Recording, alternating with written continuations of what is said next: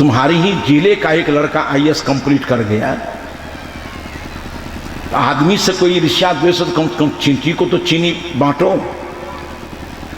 इतना उल्लास का विषय है कि तुम्हारे गांव में, तुम्हारे प्रखंड में एक लड़का आईएएस कंप्लीट कर गया। तो मोछ वाला कहता है कौन है? ये बड़ा झंझट खड़ा हो गया। ये कौन है? प्रश्न बड़ा जटिल है।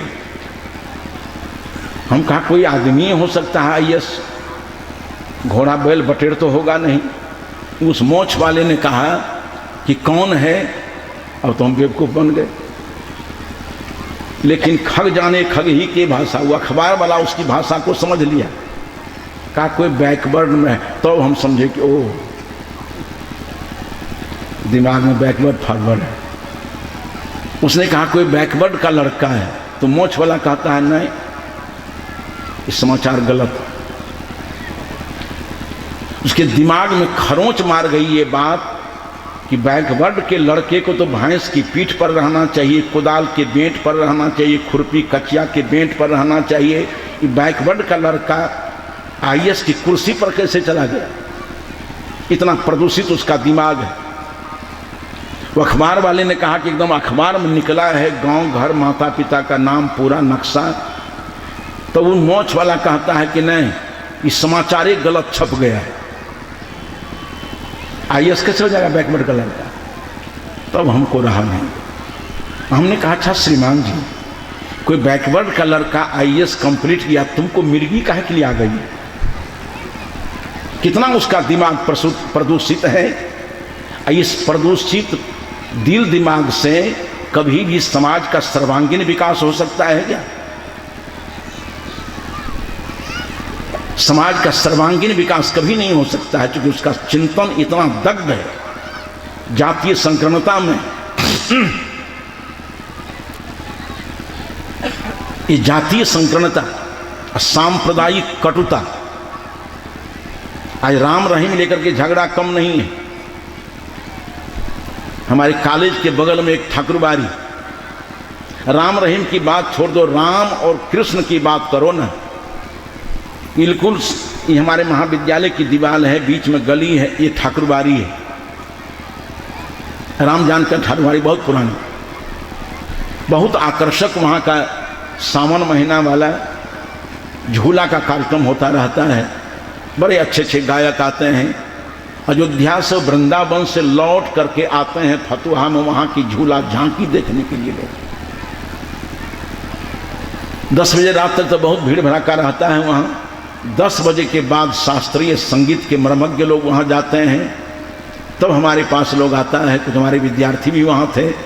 कहा गुरुजी 10 बजे से अच्छे गाजीपुर से बहुत अच्छे शास्त्रीय संगीत के विद्वान आए हुए हैं, हम 10 बजे पहुँचे वहाँ। बहुत देर तक बेचारा तानपुरा को कैंठा उठा। शास्त्रीय संगीत तो सब कोई समझता नहीं है। अब बहुत देर ये तानपुरा को खूंटी को मिलाया, इहो नटखट देखते देखते कल के चलिए जाने में फायदा है, बहुत लोग चला गया इसको देख कर। अभी चला उसके बाद तानपुर उठा करके कंधा पर लिया। ओह, एक आलाप लगाया कि झूलत नंद नंदन श्याम। सचमुच आदमी सब झूम गया।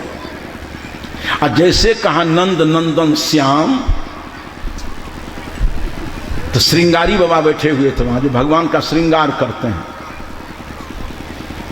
संत महात्मा का तो एटम बम चुट्टे होता है, वो चूटा भी उसका कम से कम 2.5 किलो से कम के नहीं होगा, बड़ा बड़ा मोटा उसका।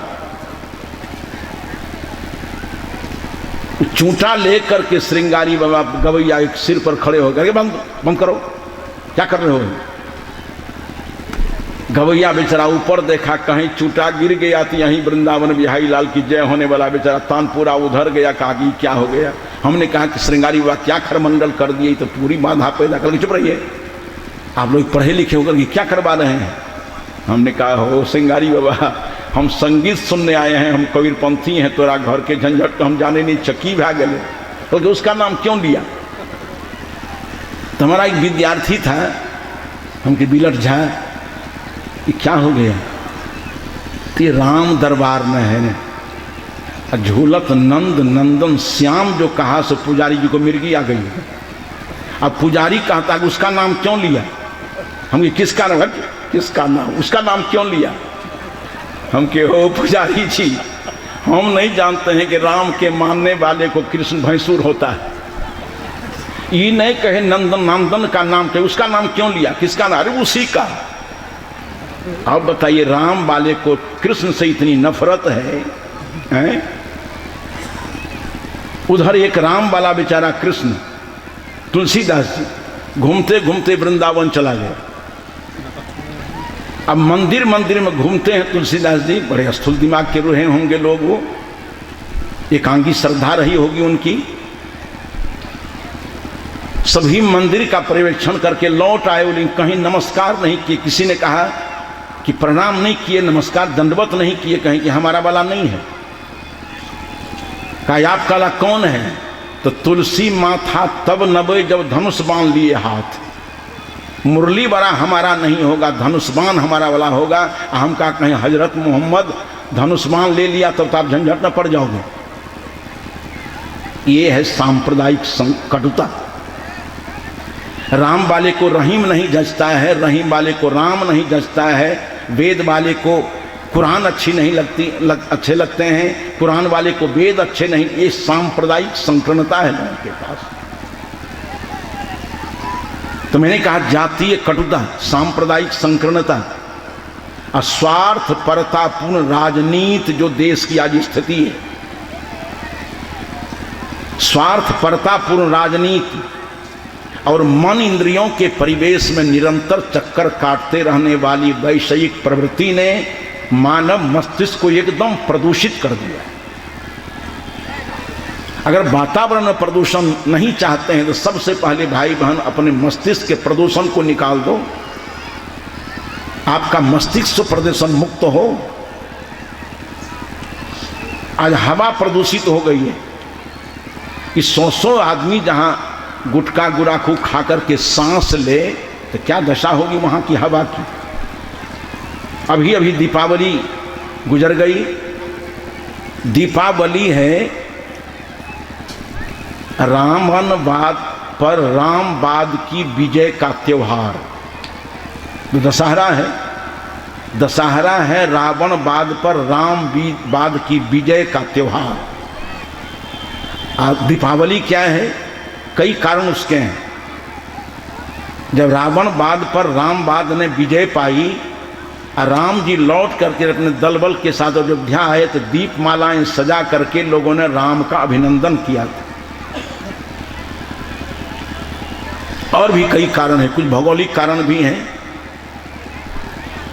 लेकिन हमारा दिमाग प्रदूषित है। तो आज उस पर्व को कितना प्रदूषित कर दिया हम लोगों ने। एक आदमी को हमने कहा जुआ खेलते हो क्या? ध्यान दीजिए, दीपावली कितना महत्वपूर्ण पर्व है, ज्ञान संवर्धन का पर्व है। दशहरा शक्ति संवर्धन का पर्व है। हर एक पर्व का हमारी सामाजिक स्थिति से, हमारी ज्ञान स्थिति से, अर्थ शक्ति से संबंध है। त्योहार दशहरा शक्ति संवर्धन का त्योहार है।